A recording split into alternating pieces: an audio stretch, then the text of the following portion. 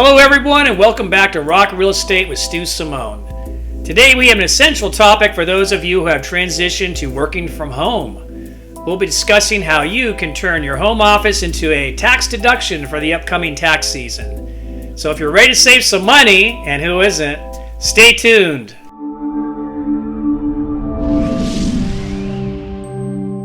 Welcome to Rock Real Estate with Stu Simone, where we make real estate informative and fun.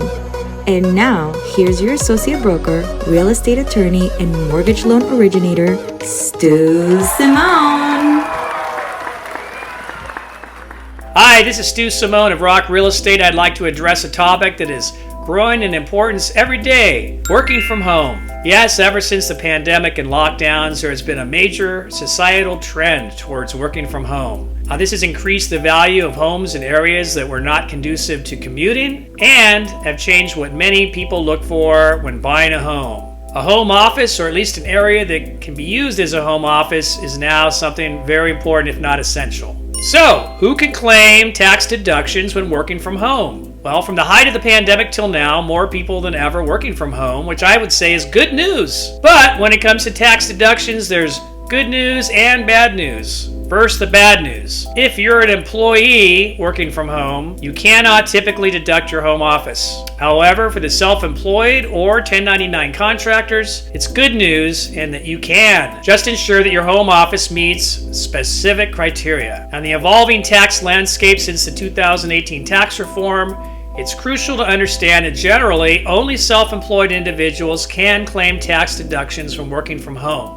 However, being both an employee and self-employed doesn't necessarily disqualify you. The key is ensuring that the deductions are tied to your self-employed income rather than your employee work. So even in situations where you're both an employee and self-employed, your home office must primarily support your self-employment, not your employee job. For other expenses like phone and internet, you can allocate them between self-employment, employment, or personal use. The IRS demands that home office expenses claimed on your tax return must be exclusively for your self-employed business. Now let's explore 5 key tips to qualify for a home office tax deduction. Tax tip 1, deducting home office expenses. Our first tax tip: if you exclusively work for yourself or juggled self-employment with a W-2 job, you might be eligible to deduct home office expenses such as mortgage interest, property taxes, homeowners insurance, and utilities. This is particularly relevant for those employees who work from home due to employer convenience, such as a salesperson residing in a different state than the company headquarters. Tax tip 2, the simple approach. Similar to mileage deductions for your auto, there are 2 different ways to deduct home office expenses from your tax liability. The first, the simplified method, is your quick and easy route. You simply calculate your deduction by expensing $5 per square foot up to 300 square feet, capping at $1,500 per year. It's a breeze, especially if simplicity is your game. Tax tip 3, direct method, for bigger deductions. But for those seeking even more significant deductions, enter tax tip number 3, the direct method.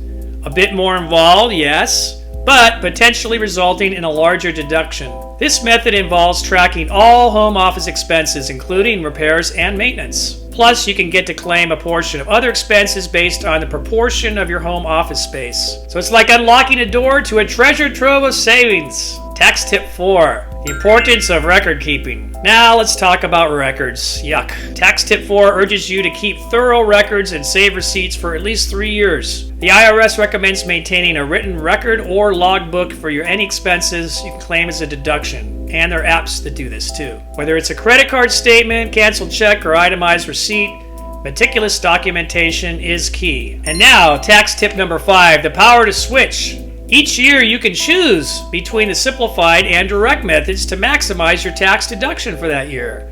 There's no need for a specific reason.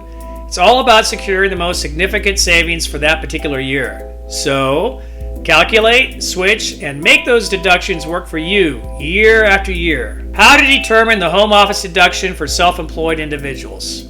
To see which method we want to apply for the current tax year, we'll need to determine what our deductions would be under both methods. In other words, it's advisable to consider both methods to determine which method suits your circumstances better for that year. It's As we said a moment ago, the simplified method involves multiplying the square footage of your home, used exclusively for your self-employed business, by $5 per square foot with a maximum cap of $1,500 per year. On the other hand, the direct method requires more involvement throughout the year and during the tax preparation season, but could result in more tax savings. This method calculates the home office tax deduction based on the percentage of your home office square footage compared to your entire home. Unlike the simplified method, the direct method has no maximum deduction limit, making it more appealing in certain situations. To use the direct method, simply divide the square footage of your home office by the total square footage of your living space to determine the percentage dedicated to your business.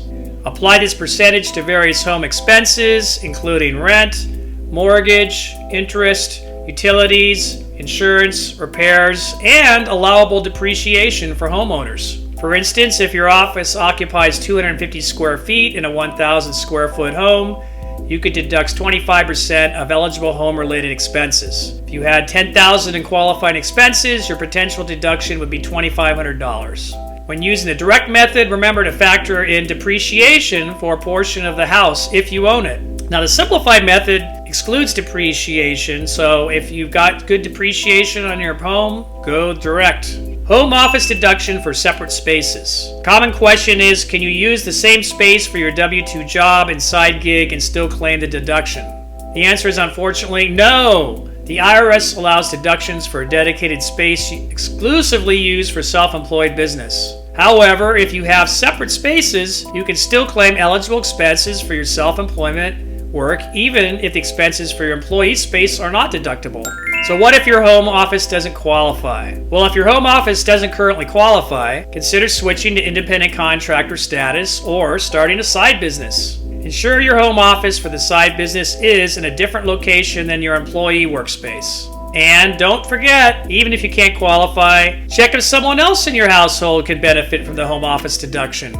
Before we wrap up, remember, working from home can not only bring happiness, but also significant tax breaks. That's double happiness, right? So if you're considering a permanent move, perhaps to a nicer neighborhood further from the city, also think about the tax breaks that Proposition 19 offers if you move to another location within the state of California. And there you have it, turning working from home into a tax deduction. Now, if you found this information enlightening, please don't forget to give us a thumbs up, subscribe for more in-depth financial insights, and share your thoughts in the comments below. Remember, Rock Real Estate is all about maximizing your most important asset, your real estate. Until next time, stay informed and make the most of your home office tax deductions. Take care, and I'll see you in the next video.